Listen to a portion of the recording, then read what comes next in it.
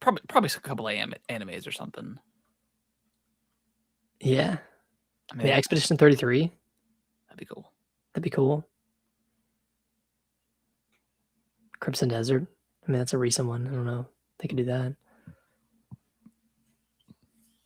Have they had Gears of War yet? Yeah. Marcus is in there. Yeah. Okay. Maybe they'll bring that back for E-Day. when that game launches. That'd be cool. That would be cool. I mean, yeah, they have Master Chief. Yeah, Kratos in there, I think. Kratos. Is Aloy in there? I think so. Okay. Yeah, what other like gaming legends? I mean, other than like Nintendo, but that's never happening. Have they done the Dead Space character? Yes. Yeah, Isaac's in there. Do you have that one? I don't know. I think I've seen that. I think I saw him like not too long ago. Hmm. If I have like a little mini, like, I'm just thinking like everything in mini form now for the sidekicks, but like a necromorph, like a mini necromorph. God. Hilarious. Or like the Big Daddy from BioShock. Yeah, that's not in there. And that would be great pickaxe too. Just like that. Oh yeah. That arm. The arm, yeah. That'd be sick. Yeah. All right. All right. Well, I think I'm ready if you are. Yep. I tweeted this out. All right.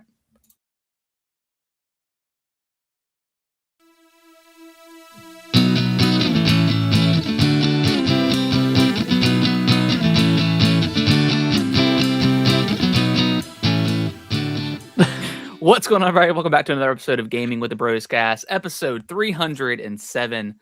My name is Harrison. I'm joined by my brother Nick. As always, Nick, how you doing, buddy? Great thumbnail. Yeah, perfect thumbnail. Yeah, we are referencing the classic Dexter, one of the classic Dexter memes. But yeah, we're gonna be talking about the DRM checks for PlayStation that quietly kind of. Not even announced yet. PlayStation has yet to say anything. We'll talk about it here in a moment, but yeah, of course I had to do a little meme for it. Off topic, but is that guy in like the new Dexter series? Okay, spoilers for Dexter. But have you seen Dexter? No, not all the way through. I've seen. Do you ever plan? I mean, okay, this is like the end of season 1, so. Oh, he only lasts one season? Yeah, he gets killed. Damn. He is in the new season, but he's like something happens to Dexter and he gets hurt and he's like hallucinating. Okay. He does walk in, he's like, surprise, motherfucker. Like, it's hilarious.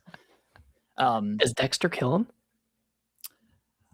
No. I would imagine no, right? Because Dexter only kills serial killers. Well, so Dokes catches him and realizes, and he always kind of was suspicious of Dexter, but he was dating some pyromaniac at the time that ended up blowing him up. Huh. Yeah. Should I watch Dexter? Yes, I think it's good. I think it's a good watch. Like towards the end, I think it gets it kind of falls off pretty hard for me. And then the Dexter New Blood, where like he moves to Alaska or something like that, and I don't know how nobody notices that there's like a nationwide like hunt for this guy. I guess they assume he died. I don't know, but he changes his name and he's dating like a cop in the new series, and then something happens and it ends, but it ends in a way it's like, okay, is the show just over? But then they have like the resurrection one, and that one's like the newest season that takes place in New York. And that's with this kid? Yeah, his son Harrison. Okay. Yeah. And his son is fighting like the dark presence inside of him too. Yeah. Very cool. But that one's cool because like in the newest season, he moves to New York. He's following his son, and he comes across like this cult of serial killers that have like that do this game and like this part. It's really cool actually. I think I saw a spoiler for how the show ends. Oh, okay. If it ends how I think it ends. Like the newest season? Yeah. Okay. Have you seen all of it? I've not. No, I've only Okay. seen 4 episodes, maybe. Gotcha. But, anyways, sorry. Tangent. No. But yeah, welcome to the show. Appreciate everyone being here. Listen to the audio version, all that good stuff. Nick, before we dive into what we've been playing, because you and I have both finished Pragmatic. How was your week? Week was great. Took part of Thursday off and drove up to High Point and then to Charlotte for a concert. Went to see the Maine. Heck yeah. Ah, dude. They played just their new stuff, or they kind of do a mix? No, they did a mix. They only played like 3 songs off their new album, and then the rest of it was just a mix of like all of their discography. I mean, they have 10 albums to pull from, so yeah. They have. How long was the show? Let's see. They played for like an hour and a half, so like 20-ish songs. Okay. But it was a great show. Yeah. John, the front man, the singer, he's such a great presence and like great front man. He got into the crowd and like hyped people up. Heck yeah. It was a good time. Yeah. Yeah. We were kind of like, I mean, you've been to the Fillmore before, and it's kind of tiered, right? Like there's the front area, there's the second. That's probably my the film at the Fillmore. You went to Charlotte, right? Yeah. Yeah. Yeah, that's the one where we saw the used at, and we were like right on this, like, so you walk in and like to the right, and there's like that bar straight ahead, and then to the left is like the stage. We were right there, so we were. I mean, we weren't in front or anything, but we got to see it from the side and got to see him walk off and stuff. But yeah, that's probably my favorite like smaller venue, I think. Yeah, in North Carolina, it's really good. Yeah, it was a good one. Yeah, we were like on the second tier, but we could see over everyone's heads, bottom, so like we had a really good vantage point. Yeah. But man, we were tired by the end of it, just because you're standing the whole time. We're not used to, staying up and going to concerts this late. But yeah, it was awesome. It was good to get away for a little bit. Did you get any merch? Oh yeah, of course I did. I got some merch. Alicia got some merch. It's a good time. Sweet. Yeah. Now, is she like a fan of the Maine, or is she like through proxy? Yeah, I mean she's a fan through proxy. Yeah. But I mean she likes their music. Yeah. Yeah. So she had a good time. Sweet. Wasn't completely one-sided. Yeah. Although I drag her to a lot of Maine concerts. So she's seen it before. Yeah. Okay. She's seen it with me like 5 times. Wow. Yeah. Did they have any like openers or anything like that? Yeah, Grayscale. Okay. And Nightly. Okay. I don't know if you've heard of them, but like Grayscale was really good. I've listened to them before and I've seen them live before. And then Nightly was okay. It kind of had like a slower tempo, slower vibe. Just wasn't super exciting, but yeah, the music was good. Okay. Yeah. Cool. How's your week? It was great. Last weekend we went to like our local park and we're walking around, and Kellen mentioned that he wanted to try fishing. So I looked it up.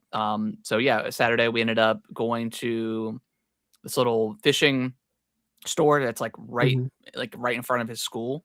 And I had never been there there before, and I walked in and I'm just kind of perusing, and I'm like, and then the guy's like noticing me, and he's like, "You need any help?" And I was like, "Actually, yeah. Like I've fished before, but I've never bought a pole or anything else. So like, help me out. What do I need? And I'll buy it." So we ended up getting like two poles, and the guy strung it up for us, or put the reel on for us, and then we got like some hooks and that all the stuff you need, and then we went.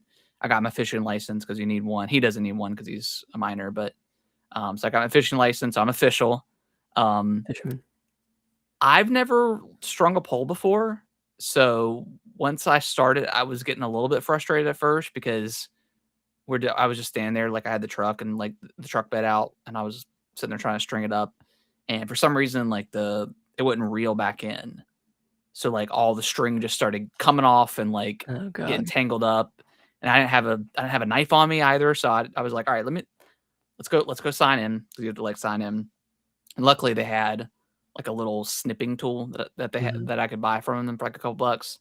So I pulled up YouTube, was looking it out, still couldn't figure it out, and I was like, let's just walk down there, and I'm sure there'll be people around. And we got down there. I started working on the pole, still couldn't figure it out. And there was this guy that I'd seen last week that was there, and he had like 4 or 5 poles set up by himself. So I'm like, okay, this guy knows what he's doing. Yeah. So I walked over. I said, hey man, I don't want to bother you, but first time fishing with my son, not really sure what's going on. I was like, do you mind if I just look at your pole and just see what I'm missing? And as soon as I looked at it, I saw that I didn't put it on right, basically. So I figured it out. As soon as I did that, we were up and running. So, but yeah, we had a great time. Fished for like 2 hours. Didn't catch anything. Right. But still had a fun time. And then we ended up going fishing yesterday. Since we didn't do the podcast, so I was like, let's, because he asked if we can go. I said, let's go up there. We tried, like there's like this little bridge that we have to cross over to get to the park. It's on like the main road, and I've seen people fish there before. So I said, we'll stop there first, and if we can't, if it don't work out, we'll go to the park. And we ended up fishing there for about maybe 20 minutes, and he's like, yeah, let's go to the park. So we ended up going to the park for about an hour, some change, but. I love it, dude. It is so peaceful and relaxing. Yeah.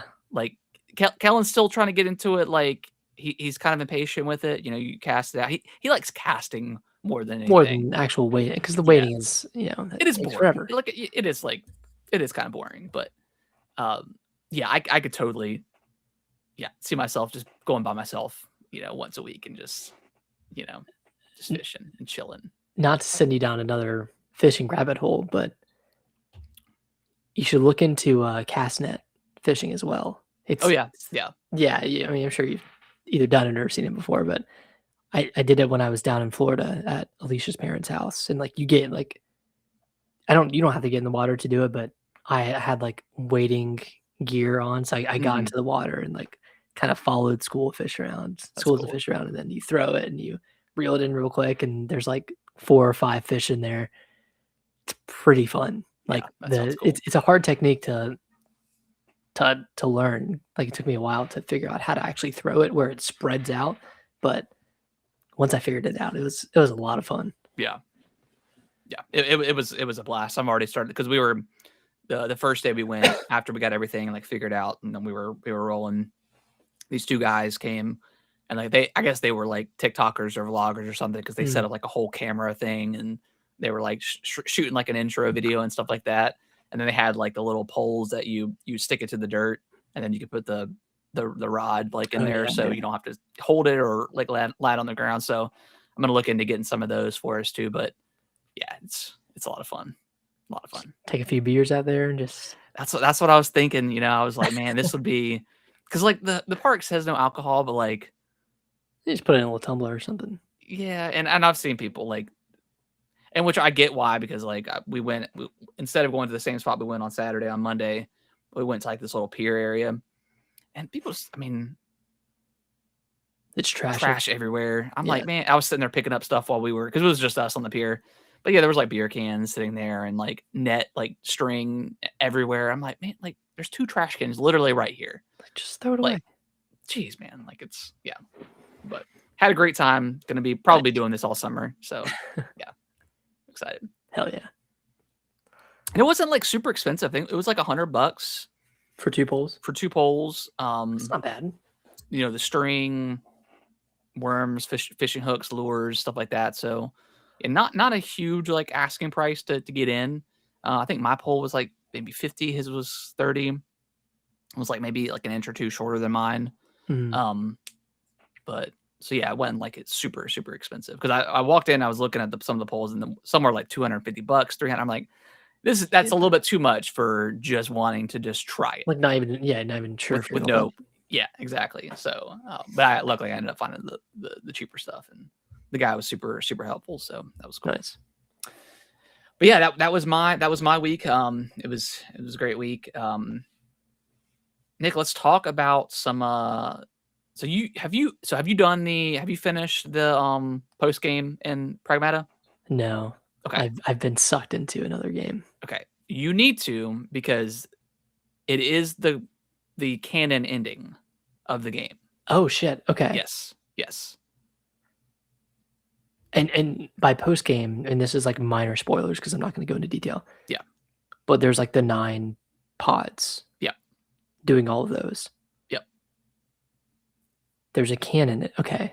So yeah, basically after have you done any of the pods yet? Just one. I've done one pod. So basically, so you should be able to do 2 or 3 at the start, and then it's going to make you go back and fight all of the bosses of each area, and they're like upgraded versions of all the bosses. So you go back there and you fight them, and you get more stuff, and then you'll unlock that door, and there's like really cool suit for you, another skin for Diana, and then there's an item that you get that you have. It's a mod. I'm not gonna tell you what it is, but you have to equip it, and then because it brings you back out right before the final boss. So you do all that. You attach the mod to your suit, and then fight the final boss again, and then you'll get a different version of a different ending. Interesting. Okay. Yes. All right. I need to do it then. I was like, yeah, I don't know if like I saw through the door that it was just. And you get a really cool gun as well. You get a new gun too. What was it? Is it different from the weapon you get from beating the game? What's the one you get for beating the game? Like the melee-ish one? No, it's different than that one. Okay. It's like another. It's like it's a pretty. I don't know if I'd ever use it necessarily, but it's cool. Yeah. Okay. So yeah, you need to do it because it changes the ending. Okay. Yeah, I'll go do it. Yeah. But yeah, I absolutely love this game. I mean, it's right now, and it's funny that it's both Capcom, but like this and like Resident Evil 9 are neck and neck. I think Resident Evil 9 probably pulls ahead just a little bit for me, just because I think that game is so damn good. But yeah, Pragmata is fantastic, man. It's such a good game. It's a really awesome game. It just nails the gameplay. Like yeah, it's fun. Is like, really awesome. Pure fun. Like I never once didn't want to do like an enemy encounter. Like, yeah, like even towards the end, like I was still excited about doing all the encounters because the hacking is just really fun. Yeah, and it feels good to play. Like, yeah, it's a really great game. The story, I mean, I feel like the story starts strong, it dips for a little bit, and then it picks up at the end, and it has a really good payoff. And like even. I guess this is the non-canon ending, but even the non-canon ending was pretty emotional. Very, yeah. And that final sequence with the boss, and then like the kind of the escape scene from that specific boss was awesome. Yeah, and I just like I love like the little like the visual logs that you find, kind of like given the story, and then like even there's like the reporter that's on like the station that like ends up I think he ends up escaping. By the end of it, but like you see like what's happening through like that person's eyes, and then there's the person that's like making all the little secret walls, kind of like Dark Souls, and that's a really cool storyline to follow. So there's like a bunch of little storylines that you're kind of following along with the game, that make it just makes it really interesting. I kind of wish you did see maybe a person or two, right. Because it really is just you and Diana. Yeah. I mean, it explains what happens to the people, but I kind of do wish it was kind of like maybe a BioShock situation where you're trying to help somebody out or something like that. Yeah. But yeah. The game's incredible. Runs great on the Switch. Too. It does get a little bit like towards the end, especially it's like the frame rate. Framey. Yeah, it gets pretty framey, but I mean, visually, I think it looks great. New IP, $60. Like I feel like this game not celebrated because that's kind of weird, but like, man, like it's cool to see developers not only make new games, make new IPs in a world of sequels, but to have it like cheapish to purchase. Oh, man, it's great. Yeah, Capcom, ton of replayability. It's got all the typical Capcom Resident Evil style. You can replay it with New Game Plus. I think it took me a little over 20 hours to finish the game and do. I went back and like 100% of every level, and then did the post game stuff. I didn't do all of like the training simulation stuff, but yeah, great game. Okay. Highly recommend it. I think I was around 9 hours by the time I finished the story. Yeah. And that was like doing everything that I saw along the way. Yeah, it makes it super easy to go back and get all that stuff. Yeah. Especially with like the scanning button, it tells you exactly where these items are at, and you just got to figure out a puzzle to get to them. Pretty much is it. So yeah, excellent game. Great. Capcom is 2 for 2 for us this year, because I mean we haven't played Monster Hunter Stories 3, but I heard that one is it's got like an 86 or 87, like 85, something like that. So that one's they're the masters at making games in the 85 to 89 range. Yep, exactly. Just in their in the bag doing all that. Yeah, so game is fantastic. I'll briefly mention before you talk about Vampire Crawlers, but I did finally start Assassin's Creed Shadows. And I am to the point after like Nawe gets injured, and I think the game is gonna start officially opening up. I think. So I like it so far. It's definitely like not as good of a like port as like say Resident Evil Requiem or even like Pragmata. It's visually, it's like I can definitely tell that it's a downgrade for sure. Where Resident Evil 9, it's like I probably couldn't. I mean, you probably could tell a little bit between PS5 and in Xbox. The Care Center, you really can't tell. No, not at all. But yeah, and then frame rate, like it's definitely like 30 in sub as well. So not the best port, and we'll talk about it in a little bit with the Restinct announcement that came, but maybe because there was no Switch 2 version, so maybe you just can't handle it, or maybe they just need more time for polishing and stuff like that. But we'll talk about that later. But yeah, I like it so far. I don't know if I'm going to, because we've got some. I know Saurus comes out on Friday, which I think I'm gonna pass on. But there is that Invincible Versus game that I might pick up if it reviews well, and then what's next? What's next month? Yoshi, which I don't know. I might wait for reviews. It reviewed really well. Yeah, I'm came out a little bit higher on that game after the previews that initially was. Looks interesting. It looks like just a chill platformer. Yeah, chill platformer. Kind of discover things yourself. Like you can't take damage. You don't have a health bar or anything. You can't lose a level, but it does kind of have that openness. Yeah, that like a Mario Odyssey has. Like, oh, you can do things a couple of different ways here. Yeah, I'm pretty again, I'll wait for reviews for sure, but yeah, that may be one that I end up picking up. Yeah. So we'll see. And then Forza Horizon 6 next month as well. Yeah, next month as well. So I don't know. I may just chip away at Assassin's Creed. I don't know if I'm gonna like full blown commit, but not that I don't think it's good or anything, but I know it's a long game, and right.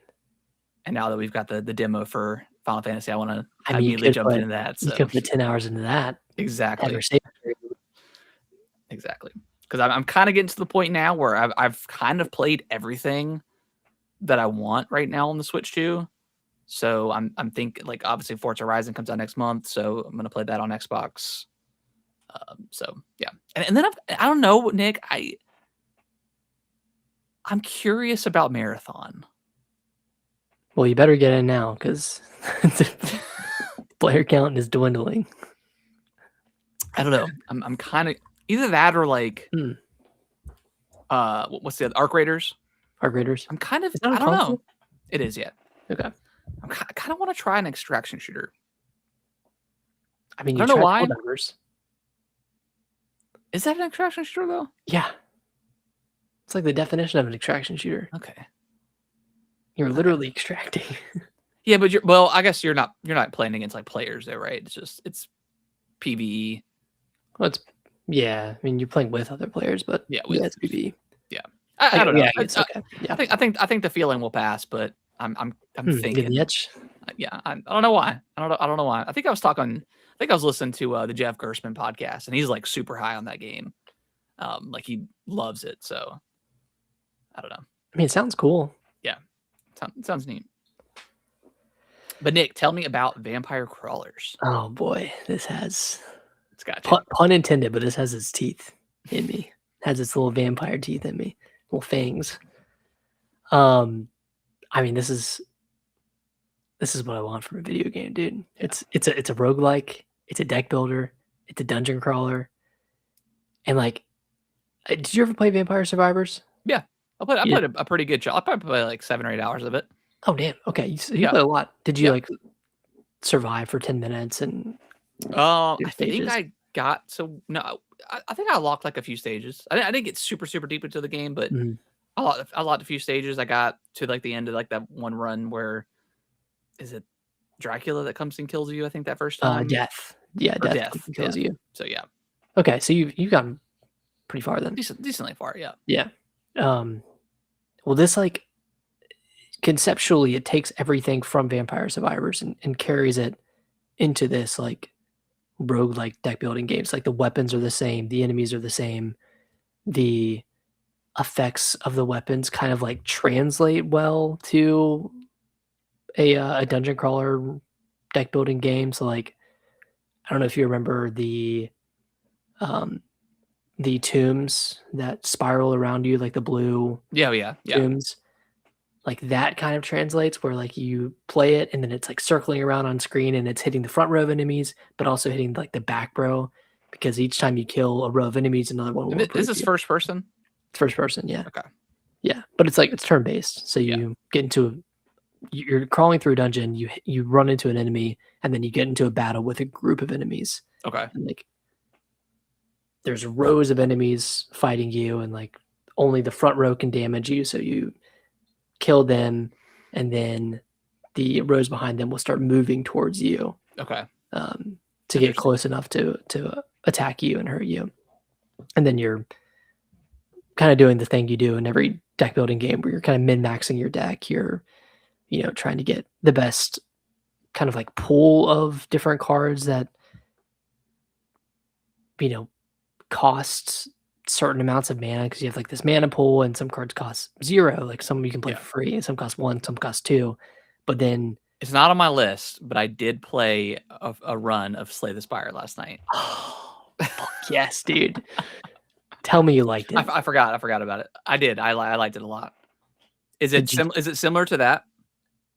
Like as far as like the pool of like, because like in that one it's like, enemy may attack you for 6, so you may want to try to like block for 5 or try to counteract that. Okay. Same thing. Where like you have shield cards as well that can block damage. Neat. And then you obviously have your attack cards, but this one's cool where like if you play a card that costs 0 mana and then you play a card that costs 1 mana, that card that costs 1 does more damage because you're going in like sequential order. So if like you did one that's 0 and then 1, then 2. Interesting. 1 and the 2 would do like it's like a buff for they get buffed essentially do more damage. That's neat. And then there are like a bunch of different characters similar to Vampire Survivors that you can use that have different preset weapons and then different stats and stuff. So I mean, there's a lot to this game, and I think I've put in like 8 or so hours so far. So I'm pretty deep into it and having a blast. Like it gets, I don't know if you got far enough in Vampire Survivors to experience this, but you get to a point in a run where you were just absolutely demolishing enemies, and like it's super it feels like you're in a casino and you've hit jackpot and like all these numbers are appearing on the screen and like all the stuff is happening on the screen and it's super overwhelming, but like it does something to your brain like, oh man, this sounds really good to me, this feels really good. So I'm having a blast with it. It's that casino environment when you're winning and everybody else is winning, and it really does feel like that. Yeah, and then you get into one bad fight and you lose 20 health at once. You're like, fuck. Like there goes the rest of the run. Yeah, there's like the run. I can't recover from that. But yeah, I fully recommend this game. I think it's only $10. Yeah, it's super cheap. Yeah, even if you haven't played Vampire Survivors, this one is pretty easy to get into. Like it's not a very hard game per se. Like it's not as difficult as Vampire Survivors is, but there is some like knowledge base you need to know, and you can always look stuff up, like what weapons combine into like a different weapon, like what combinations work better together. But yeah, fantastic game so far. Sweet. But that's all I've been playing. I think I have the Rebirth demo downloaded on Switch too. I'm gonna check it out. One. I think it's like 40 gigs. Yeah. And then I think the normal game is like over 100, like 102, 103. So it's a pretty big game. Yeah. So game key card. Yeah, but you get a free pack of magic cards. I mean, come on. Oh. Did you buy the first one physical? Yeah. Did you rip the pack? Mine didn't. I couldn't. Well, I got mine at Walmart like a day early, and they didn't have the pack of magic cards in it. And the one I pre-ordered on Amazon, I think it was like delayed or something, or wouldn't come in like that same release date. Yeah. Typical Amazon experience. Dude, they suck with pre-orders. Yeah, they're terrible. Yeah.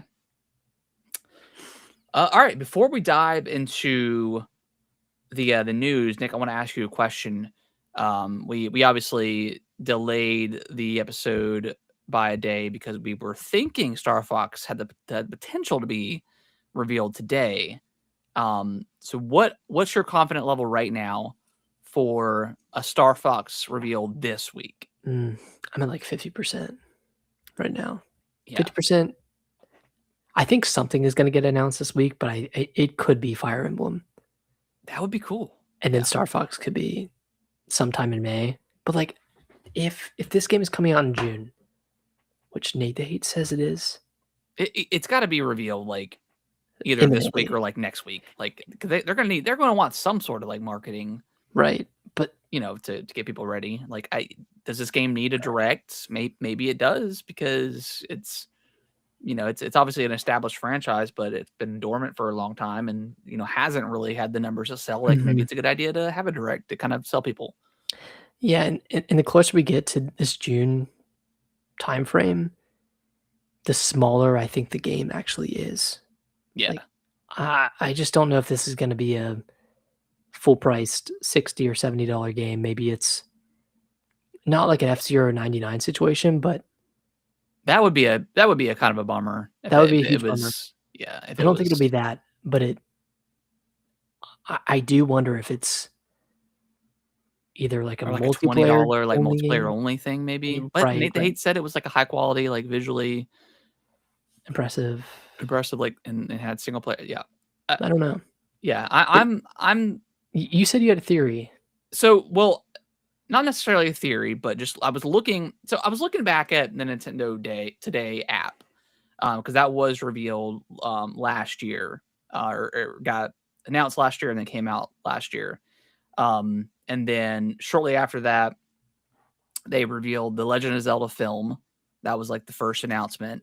Mm-hmm. And then they had on June 10th, they had an update for Splatoon 3 alongside the announcement of Raiders. April 9th, they revealed Rhythm Heaven Groove through the app. And then on April 21st last week, they obviously revealed Splatoon Raiders release date and all that stuff, the new trailer. All those announcements have either come on a Tuesday or a Thursday. No Wednesdays, no Mondays, no Fridays. So I don't know if that's a precedent set. And right now, like with how they're doing their directs, I don't think there's any precedent anymore. I think they just kind of reveal stuff whenever they feel like it. Mm-hmm. But that being said, it could happen it could happen tomorrow. I mean, it really could. But looking back at the history of like the only 5 announcements that they've had on the app so far, Tuesdays or Thursdays have been the days. So if we're gonna get it this week, it may just come to like Thursday. Yeah, we'll see. I don't think it can come tomorrow because I'm pretty sure Wednesday is a holiday in Japan. Okay. So I don't think there would be an announcement tomorrow. So at that point, all eyes on Thursday because that's the last day in April. Yeah, it is. That would be kind of crazy too. Like if it's the last day of April and Nate the Hay gets it, he's gonna have another sitting down on the beach Mario meme. I hope he's wrong. Yeah, I mean, we talked about last week. Like, I think you and I are just kind of over the leaker culture and like the way they treat these people and treat as gods and like I don't know. It makes like certain YouTubers like sit on like a high pedestal of like I don't know. It's just I don't like it. I'd rather just have stuff get announced and it'd be like a genuine surprise. Yeah, and the answer is stay off the internet, right? But like if you go on Twitter, you're gonna see you're gonna see stuff because everyone's gonna report on it. Yeah, and then stuff, and then they set these expectations of okay, it's gonna be revealed this week, and then what if it doesn't? Like yes, like he's already said that I was told or I heard that it was gonna be revealed this week, in April, whatever. There could be internal delays or what could be internal changes, which I understand is a cop out answer. Stuff like that does happen. In the game industry and really in any industry. But now you're setting these expectations and you're setting people up to be disappointed yet again. Right. Then they're getting frustrated at Nintendo, and then we're back in the same cycle of Nintendo needs the Direct. They're doomed. Blah blah blah. There's nothing to play, and it's just really annoying. I'm tired of this conversation. Yeah, a Direct would be nice though. It would be like, yeah, I'm not gonna if people want a Direct, and I would prefer if tomorrow they're like, hey, a Direct is happening for Thursday, and then Star Fox is probably going to be in that Direct. That would be ideal. But if we're doing this Nintendo Today app reveal stuff, which I'm fine with as well. Like, I do love Directs because it kind of brings the internet together. Whether good or bad, whether the Direct is good or bad, but it's fun. It's that E3 kind of whatever that we love. Summer Games Fest, stuff like that. But yeah, the same cycle of conversation is so annoying. And I don't understand people how they can still talk about it like over and over again. And then absolutely crumbling when something doesn't happen. Yeah, and we could just avoid this if like Nate the Hate and other people just shut up. Just don't say anything. Just let it happen. If it happens, it happens. If it doesn't, but we'll speculate. Makes money. When's the Direct? Yeah, exactly. That's the thing. So yeah, I think I'm with you. I think I'm 50-50. Like I could see it going either way. Mm-hmm. I kind of hope it doesn't get revealed this month because then we got to start having conversations. Are these people that reliable, or are they just kind of shooting the shit because they heard something on the grapevine type of thing? Yeah. So I don't know. Well, we'll see. I'm sure it'll get announced on Thursday, and and Nate will be back on his pedestal. Not that he ever left, but he will remain on the pedestal of accurate leakers. Yeah. But and then after next week we'll be back into the Direct conversation. Right. Where's the Direct at? It's never at this point. It's like people. Okay, we're gonna get a Direct in June. Yeah, I full on see us getting a Direct in June. I think that makes sense. Like Nintendo's been like, I mean, between Pocopia and I'm sure Tamagotchi Life is doing well. Like they've They have Yoshi, they have Rhythm Heaven, they have Splatoon Raiders dated. They have everything dated except for Fire Emblem at this point. So yeah, and Star Fox hasn't been revealed. So yeah, that doesn't. That's not even a game. So yeah, again, a Direct would be nice, but we just gotta be patient, man. Just gotta be patient. All right. Well, we talked about it briefly earlier, but Final Fantasy VII Rebirth demo is available right now on the Xbox and the Nintendo Switch 2. Mm-hmm. Your save does continue on over to the full game. I believe it is chapter 1 and 2. And Nick, you said that was a pretty meaty chapter. So you're looking anywhere between like, I don't know, 5 to 10, 7 to 10 hours worth of gameplay. You're Huge demo. Getting the game early. Yeah. Consider this like one of those demos like Dragon Quest 7, like whenever that came out, where it was like a 5-hour demo. Love stuff like that. Kind of get you out of the way of like all the tutorial stuff, and then once the game actually comes out, you can just kind of pick off into like the meat and potatoes of the game. So I appreciate that. I'm really surprised this has chapter 2 as well, though, because that is the meat and potatoes. Yeah, like, and maybe it doesn't do the whole full chapter. Like maybe it's like part of the chapter or something. But either way, I don't know how that would get you, because it's an open world. Like, you can go. Yeah. Theoretically, you can go anywhere within that section. True. So, I don't know. I think it's pretty big demo. It might just be that. It's pretty cool. But so, that's awesome. And I don't know if that was like rumored or anything, but I mean, I guess 7 had a demo too. So like, I guess it's not like unprecedented or anything. But yeah, super cool. Loving. We need more demos, like in general. Like I don't know why it stopped. I guess because of money probably, and just having to split off a smaller section of a team to create a demo. But in situations like this, where you're literally just giving the game and then cutting off a time, cutting like, I don't understand why more developers just don't do that. Yeah. Anyways, and then Final Fantasy 14, the long-time MMO RPG is coming to the Switch 2 for the first time. Nice. It doesn't require NSO to play it, but it does require their subscription, whatever. I'm not sure how much that is, like maybe $5-10 a month. I mean, that makes sense. I think it came along with like a new expansion that's coming out. Does this excite you at all? Will you get? I know there's a month before the game there is a trial. Okay, maybe I'll play it for free. Does this interest you at all? I mean, I'm not an MMO guy. Same. Yeah. Aside from RuneScape, but yeah, they should bring that to the Switch. Surprised they haven't. I'll try it. Yeah. It's every time I see. I don't want a forever game. I just don't need. Yeah. I like when things end. Yeah. But every time I see footage from like MMOs like Final Fantasy 14 and like seeing like end game builds and battles, my brain just gets twisted looking at all the icons on the screen and all that stuff. So yeah, that is true. It's like pretty jarring when you're looking at it, just like a still for the game. Apparently it's $13 a month. I don't know if that'll be the same price on Switch, but yeah. And this one, and it's kind of weird. So unless this changes, but if you are already a subscriber of Final Fantasy 14,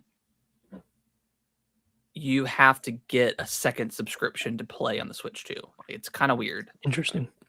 You can't just move your profile over?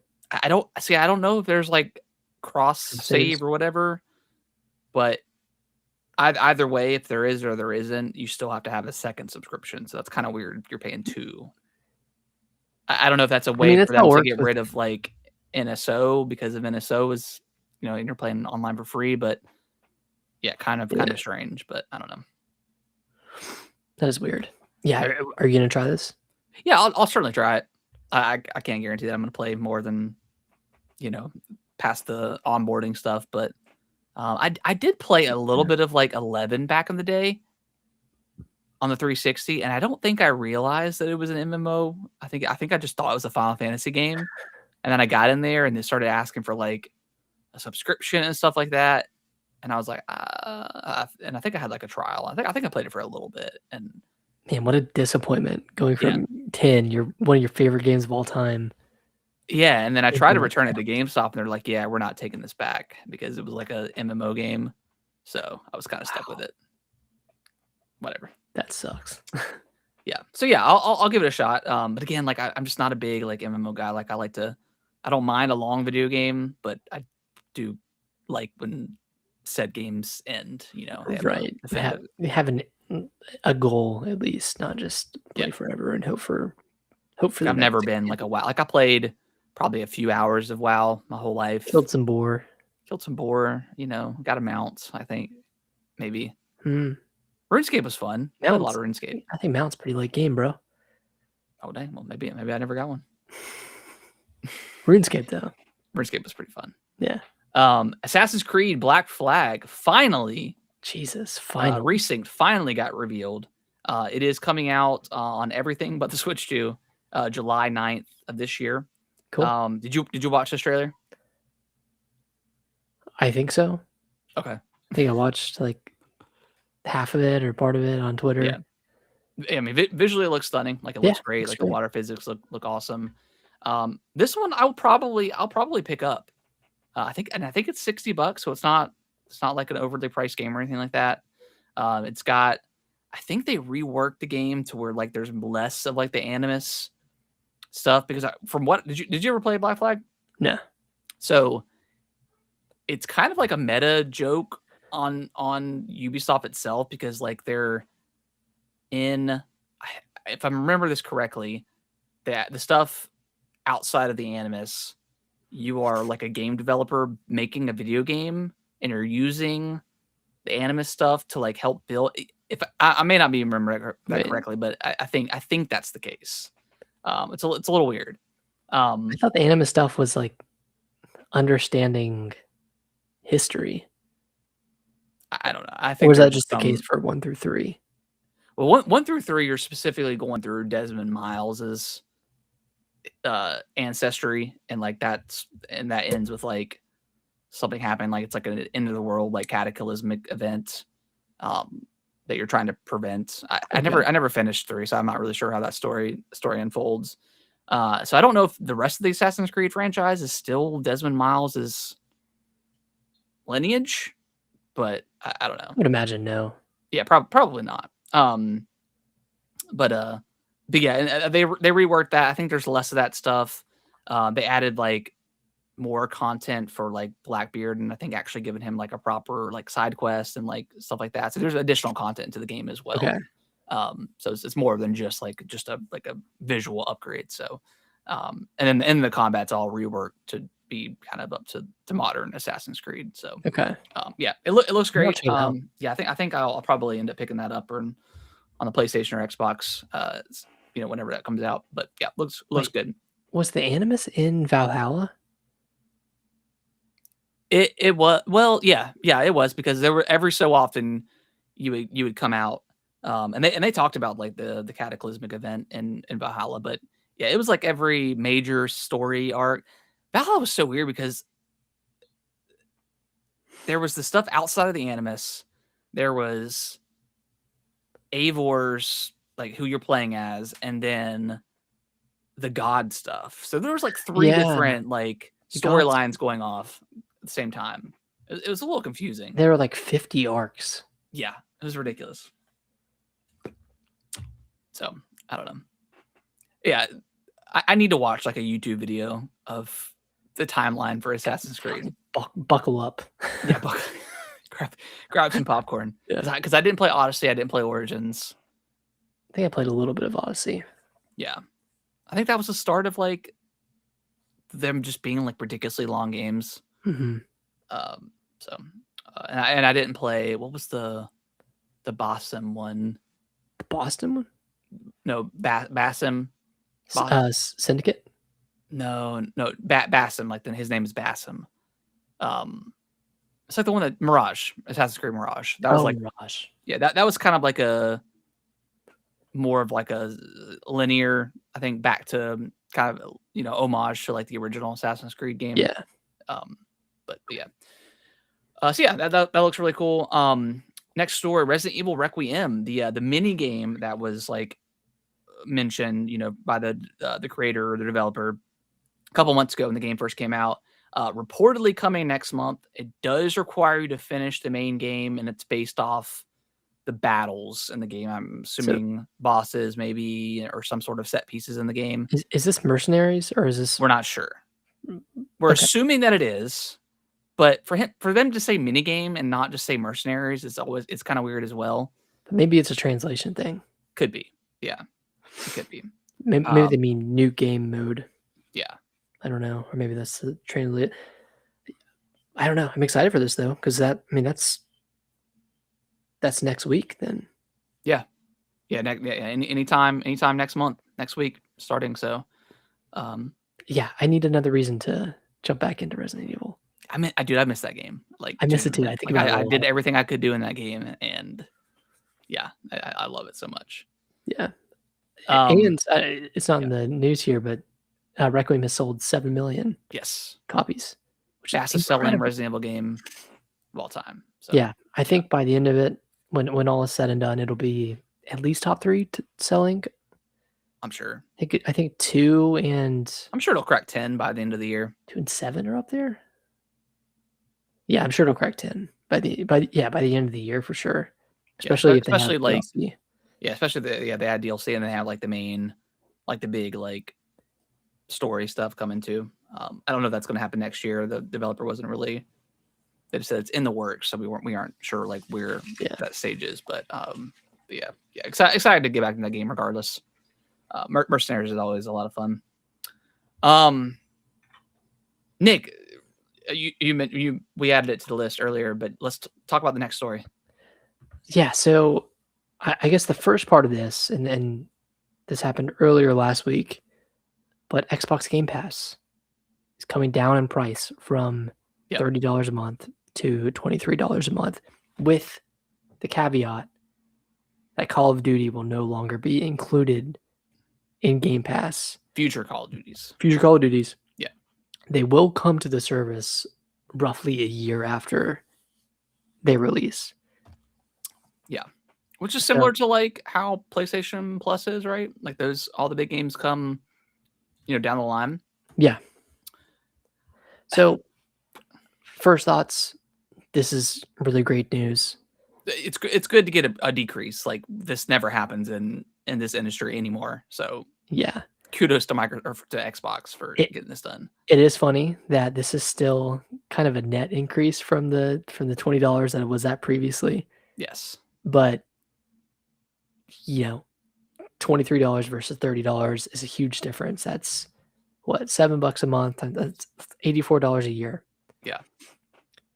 The only caveat there is if you are, a core gamer that subscribes to Game Pass, but you also buy Call of Duty every year, you are still need some sort of $84 a year through this price reduction, but then you're also spending $70 to get Call of Duty. So at net, you're saving like $14 a year through this price decrease. But I know you and I, like, if we resubscribe to Game Pass, we're probably not going to get the new Call of Duty unless it reviews really well or it's like really good, right?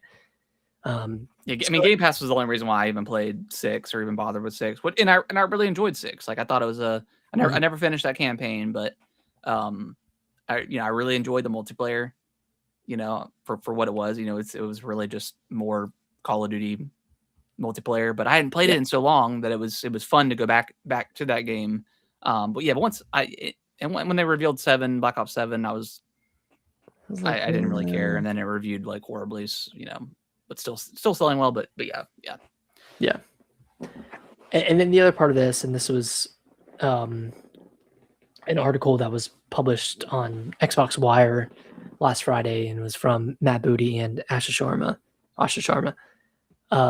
And I won't read through the whole thing, but essentially with this press release, they're saying, we know that players are frustrated with the current state of Xbox.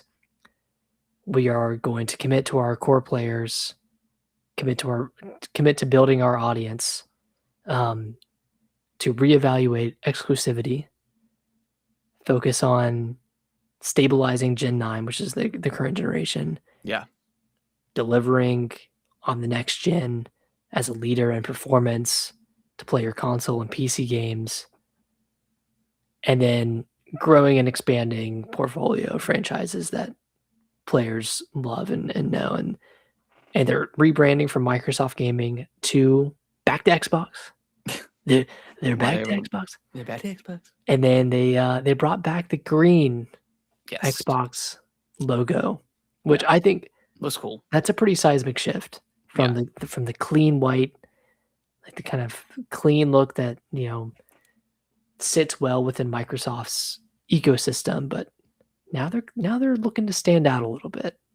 Yeah. And I vibe with that. And I think they're taking the right step to get back to that edgy, combative Xbox that existed back in like 2007, 2008, 2009. Yeah, I'm gonna say this. I think this was a declaration of war. The console wars are back, baby. Let's bring it back. I watched your video, and I 100% agree that we do need to bring back console wars. Minus like all the crazy toxicity and genuinely hate somebody just because of the way they play a game. But toxic and jest, not actually toxic. Yeah. But yeah, bring it back. But yeah, PlayStation sucks. Like Horizon sucks. Kratos sucks. Like it's all about John Halo, baby. Come on, John Halo. So, I mean, I know this is all talk right now. Yeah. Right. And then I think for better, Asha Sharma has been talking a lot more than I thought she would have for the past for just joining the Xbox team. But boots on the ground. I mean, she's getting stuff done. I mean, you tweeted last week, but between her and like Devin and Pritchard, the CEO of Nintendo America, prices are coming down with them actually having the price decreases essentially.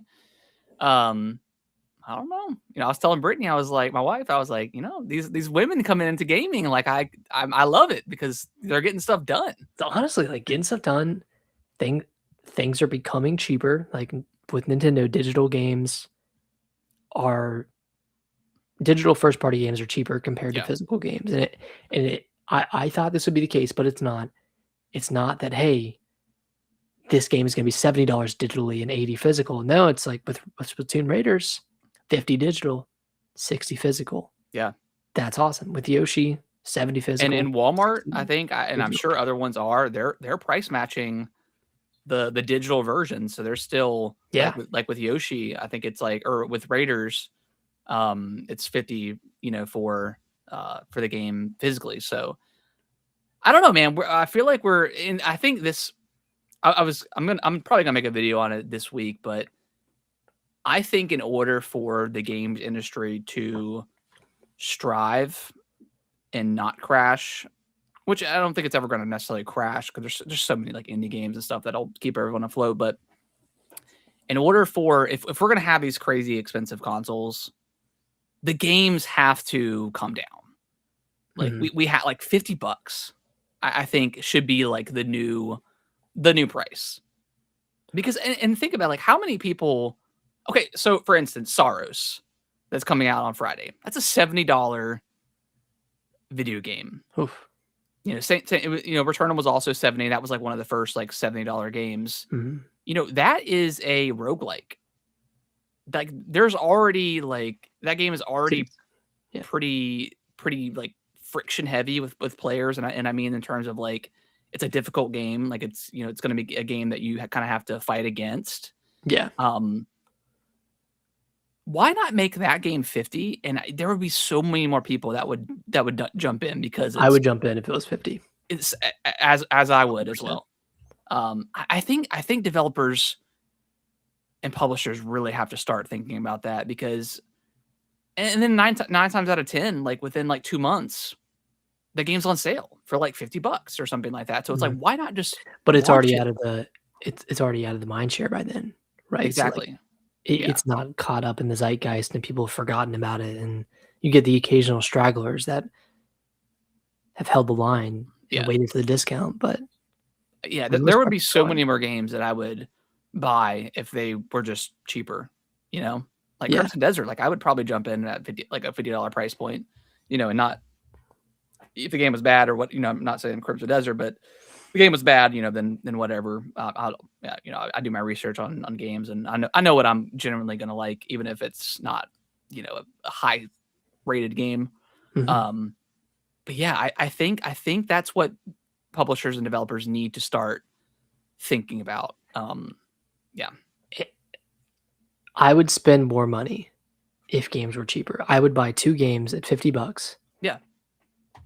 Rather than taking a risk on one game at $70. Exactly. Like if Saros and Crimson Desert were $50, I'd go buy both of those right now. Like Square Enix, I think, is doing it right now. Like Remake was 40, and I think also Rebirth is 40, maybe 50, maybe $50. Those games are, have been out for quite a while, and then on the flip side, you have Elden Ring that is $80 coming out on the Switch too. And you have Indiana Jones. Indiana Jones at 70, which that one is a little bit of a shocker because and maybe that game's out this month, I think, though, or maybe it's June.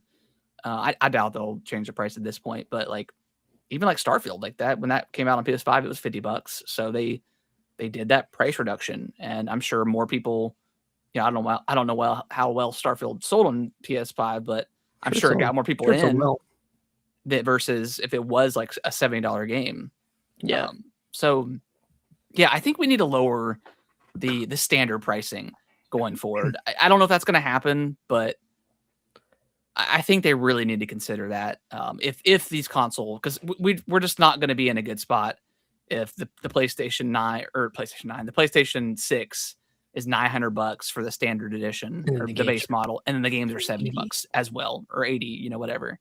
Yeah, like that is just not going to be sustainable. Most people, myself included, like I'm not going to spend $80 for the next God of War game or the next Spider-Man. I'm just not going to do that. That's just just too much. Or 70, I think we're starting to see the shift. Yeah, and looking at Nintendo, like them of all people that are having these price reductions. Seriously, like that was incredibly egregious. That game should have been, honestly, it should have been 60. Which game are you talking about? Mario Kart World. Yeah, I think they were just that was a test, testing the waters. I don't think it worked. I don't think that game is going to have like a long tail without the bundle. No, I don't think so either. And they're kind of stuck with these $80 price points for the Switch 2 editions for a lot of the existing Switch 1 games because they all have DLC with them. So they just made it confusing. Like they have, I don't know how some games get the $5 upgrade, some games don't. Some games are free, some games are not. 10, some are 20. It's just kind of all over the place. And I hope with the announcement of like the price reduction for digital games, like maybe they'll finally start to get to, and I think maybe, I mean, do we get any more Switch 2 editions, after Mario Wonder? I don't know if we do or Pikmin? Not. Yeah, Pikmin, maybe. But if that doesn't come with DLC, like, is it gonna be like a $5 upgrade and it's just gonna be visual? Like, I feel like that's just kind of a waste of time. If there's no, So I don't know, and and that game ran pretty well too. So it's not like it. I mean, they could bump it to 60, but do you need 60 for? Yeah, it wasn't like Xenoblade needed to be 60. Yeah, that one needed it. That needed it more than like Pikmin 4 needed it. So right. But I think I mean going back to Xbox. Yeah, I'm invigorated. Like it's invigorating to see, Asha, and not only Asha, but like also the team behind her, like empowering her to. I don't know. We don't always know if these are actually their ideas, but like, you get like a new young CEO into this kind of shit, like, it's very shitty, like shitty landscape right now for Xbox, and it has been for a while. Ever since she got in there, like it's been pretty positive. She was kind of dealt a bad card. Yep. Right. Like, handed a flaming pile of shit and said, "Hey, figure this out. Figure how to put out this fire." And I think naturally, what you turn to is, well, what made Xbox great? And that's what you pivot back towards. Like, focus on those. What did you say? Yeah, exclusives. Like that's still the silliest quote that I've ever heard from a gaming CEO person that exclusives don't sell consoles. Like that just makes... Who said that? Phil. When he was on Kind of Funny after like Redfall came out and it was a kind of a shit show. That's what he mentioned, and right, the internet just took, as they should. Like that's a crazy thing to say, but I also think that he was just... I think he's getting told one thing by Xbox and then another thing from Microsoft and saying, hey, like we're pivoting to making our games not exclusive anymore and blah blah blah. Well, like yeah, you guys are in last place. You're losing money. You're not gonna get a sustainable player base. You need to start putting games out elsewhere to recoup some of these investments. Yeah, especially with Activision.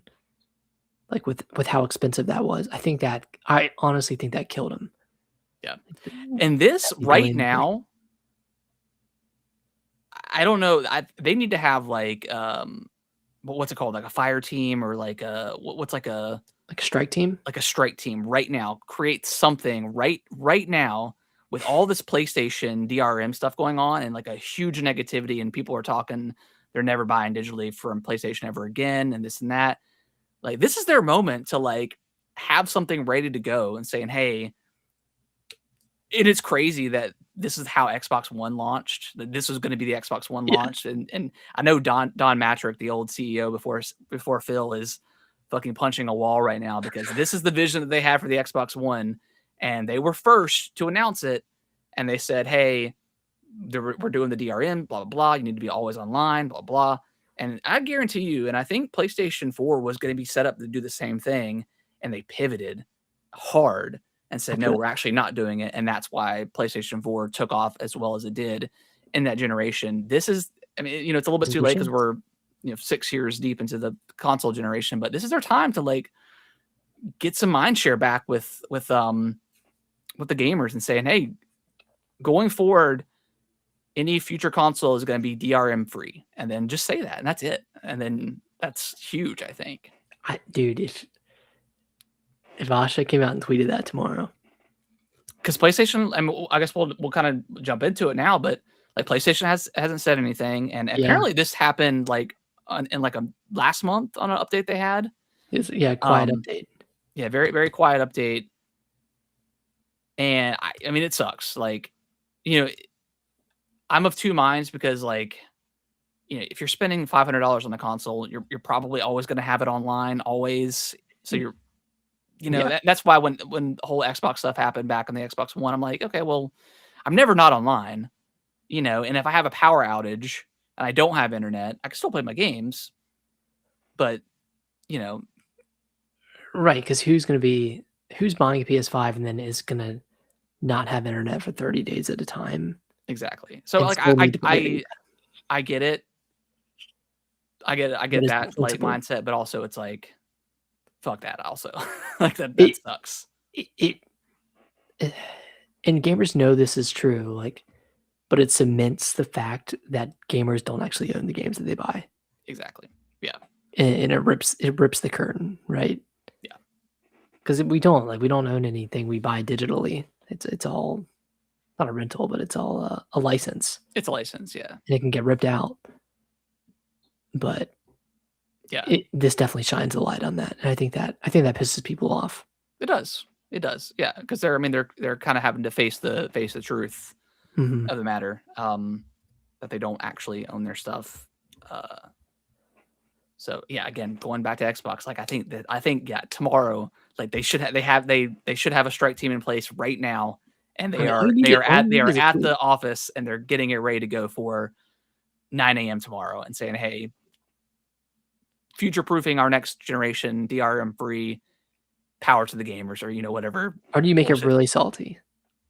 Because didn't PlayStation have the ad of like how to share games with your friends or something like that on PS4? Yeah, well, they did that, I think, at the conference, like at the press conference. They were like, hey, how do you share games with friends? And like the guy just hands them the discs, and they're like, okay, cool. Yeah. And then they came in $100 cheaper because they didn't have the bundle with Kinect and all that bullshit. So yeah, they absolutely spat on Xbox during that time. So they have to have something tomorrow, like ready to go. Like I would be genuinely shocked if they didn't, and you know, a little bit irritated because this is the perfect time. This would be a huge missed opportunity. I'm just trying to see if they've said anything. No.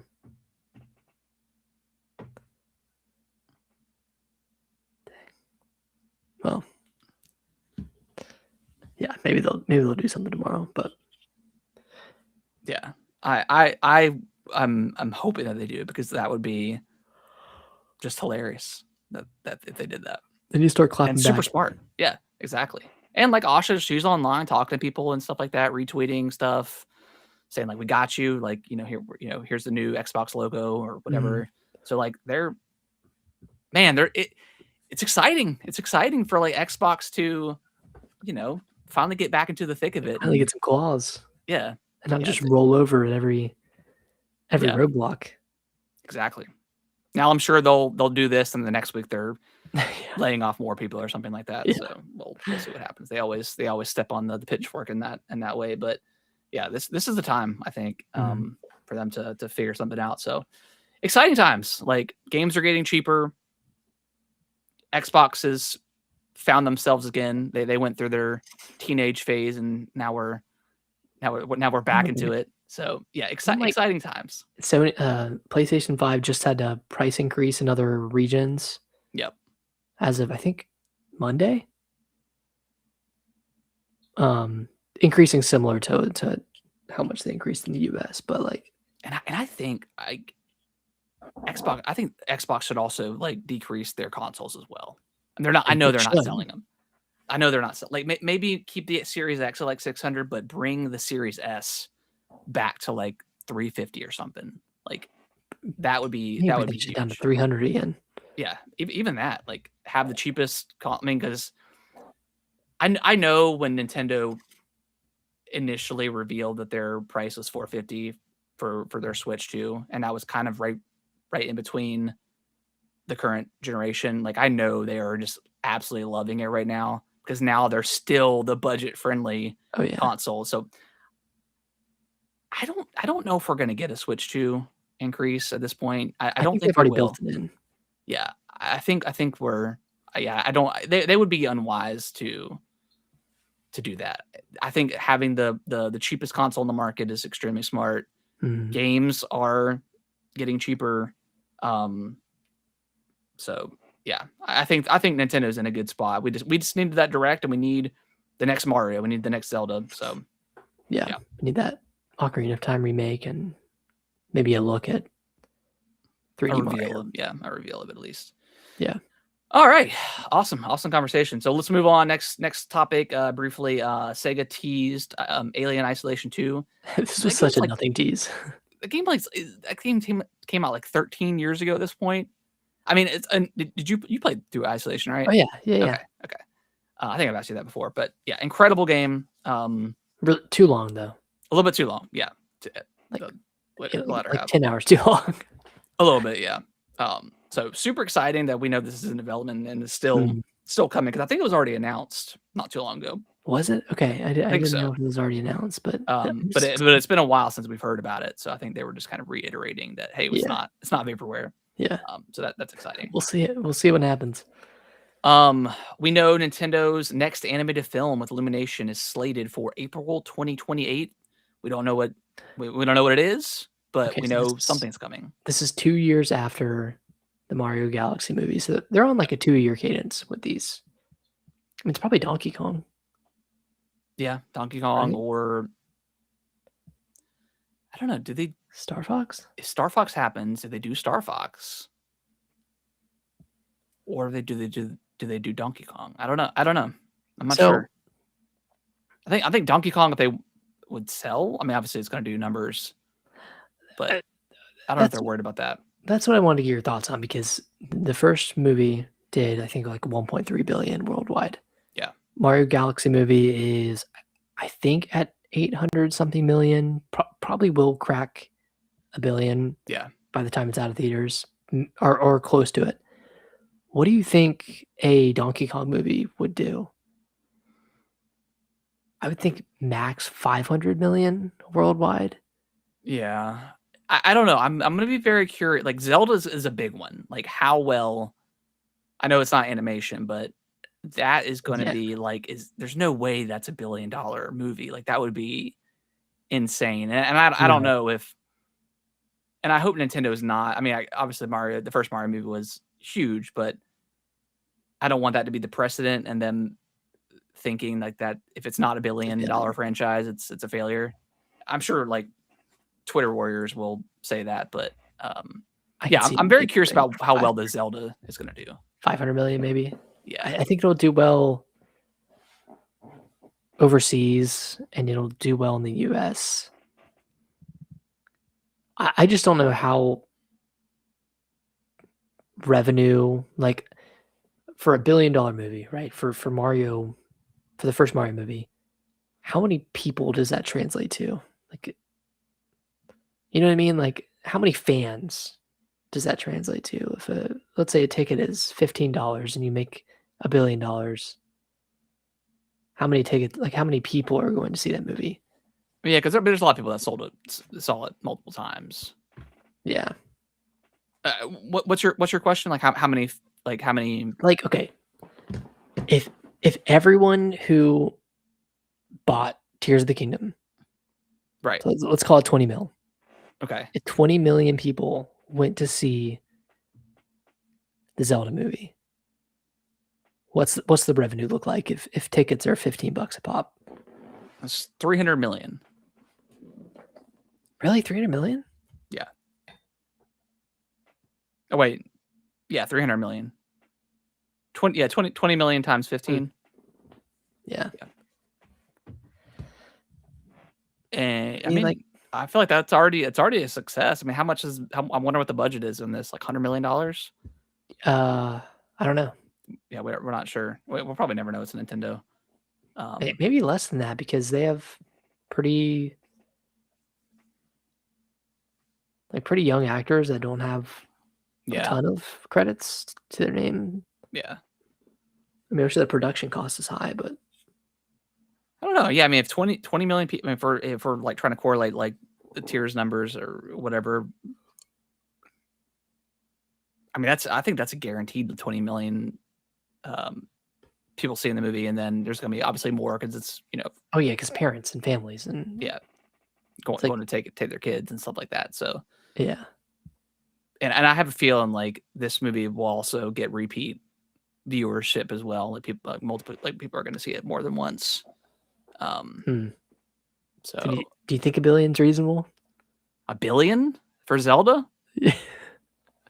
I mean, that would be like, that would be insane. Like I mean, Zelda's already with Breath of the Wild, like it's already one of the best selling Switch games. So it's like already a pretty high.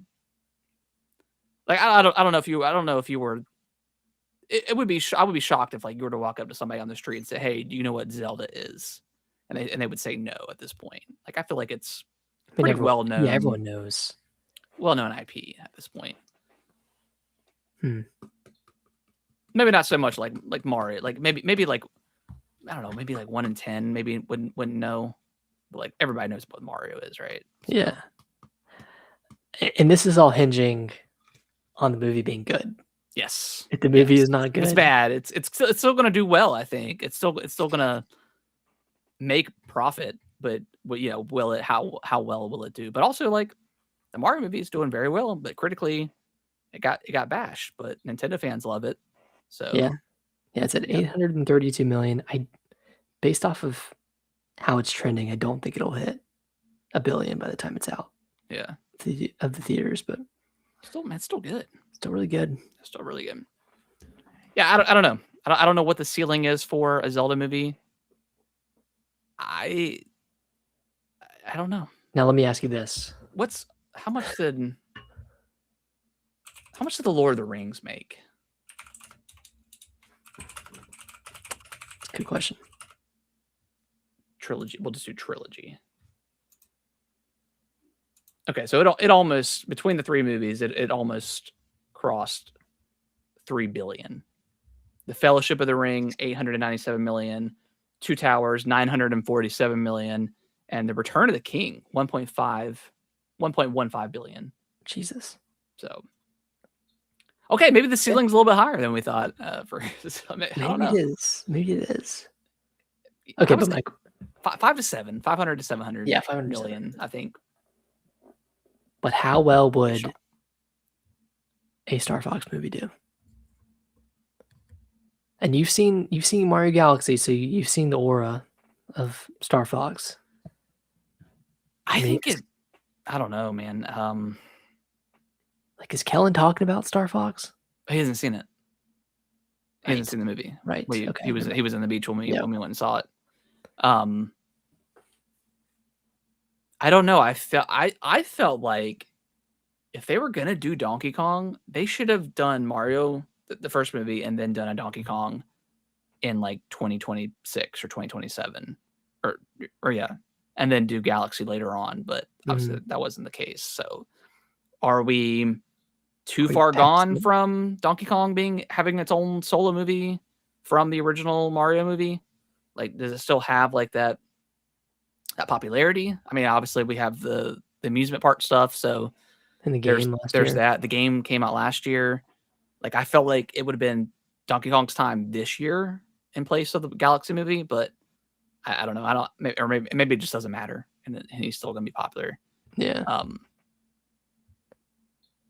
don't know. I think I would prefer a Star Fox movie over DK, just because I think it could be a little bit cooler. Yeah. I don't know. I mean, either way, I'm day one, but I don't know. We'll see if the Star Fox game is real, and how this game, what this game is. Is it a proper single player game with multiplayer? Is it a regular game, or is it like a budget? If it's like a budget $20 or free to play, just multiplayer only, I don't think they have a lot of stakes, or they don't have a lot of hope for Star Fox, the IP. So we'll see what this. I mean, what if they got Glenn Powell to? That'd be huge. To voice. That would be cool. They got Glenn back. I mean, that would be sick. Yeah. So I don't know. If it was me, a week after that Mario movie came out, I would have announced Star Fox. Yeah, now you're riding high. Now we're getting like a little bit far away, and we're kind of forgetting about, like, the normal fans are kind of forgetting about Star Fox. You know, you can kind of reintroduce them again, I guess, whenever like the Blu-ray comes out. You know, when it comes to the digital services and stuff like that, streaming. So I mean, there's still that, but that's what I would have done personally if this game is real. I would have revealed it. Yeah, a week after. But all right, so yeah, I don't know. Donkey Kong, Star Fox. I mean, you haven't seen the Mario movie, so there's some other stuff in there that could potentially be a movie from the Mario universe. You can tell me after. Metroid, right? But we'll talk about it right now. It's the next in our news. But currently, Universal and Sony are competing over a live-action Metro movie. And reports that Universal is pitching like a horror themed Metroid, which I think that's what we want. Like, yes, is something scary, like get the Samus in there. Yeah, Samus gets trapped on a planet or a ship or something like that. Make it reminiscent of like Alien. You know, that could be very, very, very cool. I mean, you could almost do that without any dialogue. Yeah, and just have it be a very tight movie, very claustrophobic movie. Yep. You wouldn't need a huge cast. I mean, you could have like some people get killed at the very beginning, or maybe it's a derelict ship that Samus comes across, or there's a beacon, a beacon or something like that she goes to a ship or planet and then gets trapped or whatever. Like there's an easy script that could be made, and then you have the Emmy to bring that in, or like the Metroid or just creepy kind of creatures in general. Like, I don't think they'll translate very well. You don't think so? Little blobs. Yeah, but they attack you and like try to. If they did lean into. Try to like take over you, like take you over, like yeah, that could work. That would be awesome. Yeah, that's what I would. That's what I would ideally want is a horror themed Metroid. Yeah. So that'd be cool. Maybe that's the movie. That's well, no, they said Illumination is. Yeah. So yeah, they wouldn't give that to Illumination. Yeah.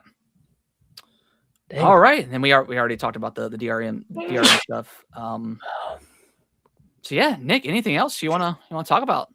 Man, it sounds like Nintendo is just all in on movie franchises right now, which is cool. Like, I mean, is there anything else that you want to see them make a movie out of that has not been listed here already? I mean, I could really go for anything. I mean, at this point, I mean, I think that visually the Mario movies look great.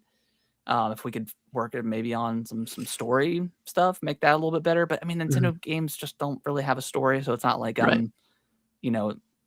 compare like I don't know, like a Fire Emblem movie would be really cool. Like the Zelda does really cool or does really well. Like Fire Emblem Xenoblade movie would be cool. Xenoblade could be cool. 2 people would go see it, but yeah, exactly. Yeah.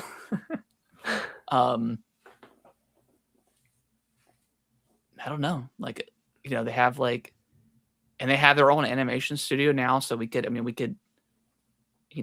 pick, like they did a little Pikmin short, like a Pikmin movie could be interesting. Like that, I think that would do extremely well. Pikmin, I think. Oh yeah, just kind of having those like little mascots. I think that could be like $1 billion movie if they did it right. Like they're cute little creatures. You can make them kind of funny, super accessible for kids, like non-fans. Yeah, as well. I mean, they already do merchandise for Pikmin, but you could do so much merchandise, like so many toys. It's like Minions. Yeah, just like Minions. Hell, same studio, Illumination. That could be Illumination's next movie. Yeah, that could be it. That could be 2028. Soft spot for Pikmin. He does. And they did that short. Yeah, they did the short Nintendo today. That was. They still promote that Pikmin Blue map. So like, Pikmin 4 I think sold pretty well. So like 4 million, something like that. Yeah. So I mean, it's a pretty good franchise they had. Yeah. I could see a Pikmin. I just don't know if people are speculating about a Smash Brothers movie. I just don't know. What are they gonna do? Yeah, I don't know if I would even want that. Like, I don't want it to turn into team up and fight the Hand. Yeah, I just don't want it to turn into like an Avengers thing or like where the Marvel movies got to, where like the only thing we don't give a shit about the story. We don't care about the actual character in the movie. We just care about the cameos and like what are the references and all that stuff. Like I don't want it to get to that point. I want them to be. It's cool that stuff is in there, but I want the movie or whatever to be like a standalone, like something that you can appreciate and enjoy versus just having to think about cameos all the time. You don't want to see Captain Olimar will return in Super Smash Brothers. I mean, and I could see how they do it. I could see it like the movie ends and Mario's sitting at a bar or something and someone slips him, or he opens up his mailbox and he gets the invitation and it's just got the logo. I could see it and I would lose my mind because it would be exciting, but I don't know if I want that. I don't know if I want the next 10 years of build up of the Smash Brothers movies. Yeah, because you would need to do the original characters and you would need Captain Falcon. Wait, was Captain Falcon in the original? It was Link. No, right? It was Star Peach, Fox, Mario, Luigi, Star Fox, Jigglypuff, Ness, Yoshi.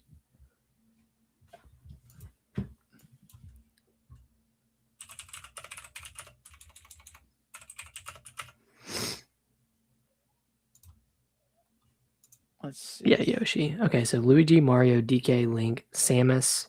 Captain Falcon, Ness. Okay, we got Samus. Yeah. Yoshi, Kirby, Fox, Pikachu, and Jigglypuff. Yeah. Why would they go with Pikachu and Jigglypuff? 2 round. Doesn't matter. Yeah, that is kind of weird that they have and Jigglypuff. Like I know she's like a popular Pokemon, but kind of odd. It's kind of strange. Anyways, I don't know. So yeah, so theoretically, like, okay, we've got Mario, Luigi, DK. I don't know if like Luigi needs his own movie or DK needs his own movie at this point. We're getting Link, which would be kind of a weird thing to tie into the. I don't know. That would be very weird. Same thing with Samus. If the Metro movie is live action, like how does that play in? So we gotta look at Fox, gotta look at Yoshi, but then it's like, do we need a standalone NES movie? Do we need a standalone Kirby movie? We already know who Pikachu is, so that's not really a problem. Jigglypuff. I don't know.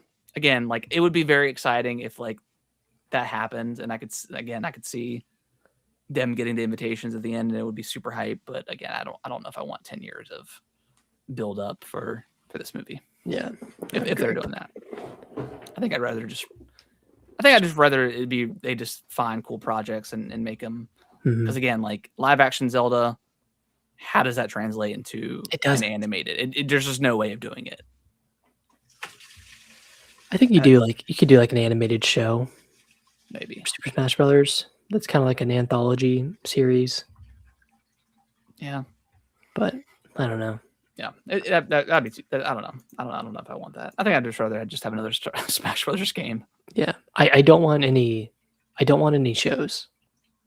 No, just movies. Just don't go the Marvel route and like inundate people with homework. Yeah, it's too much. Yeah, exactly. Yeah, and that's the thing too. It's like if you didn't watch this one off TV show, you don't understand the plot to something. It's like I don't care.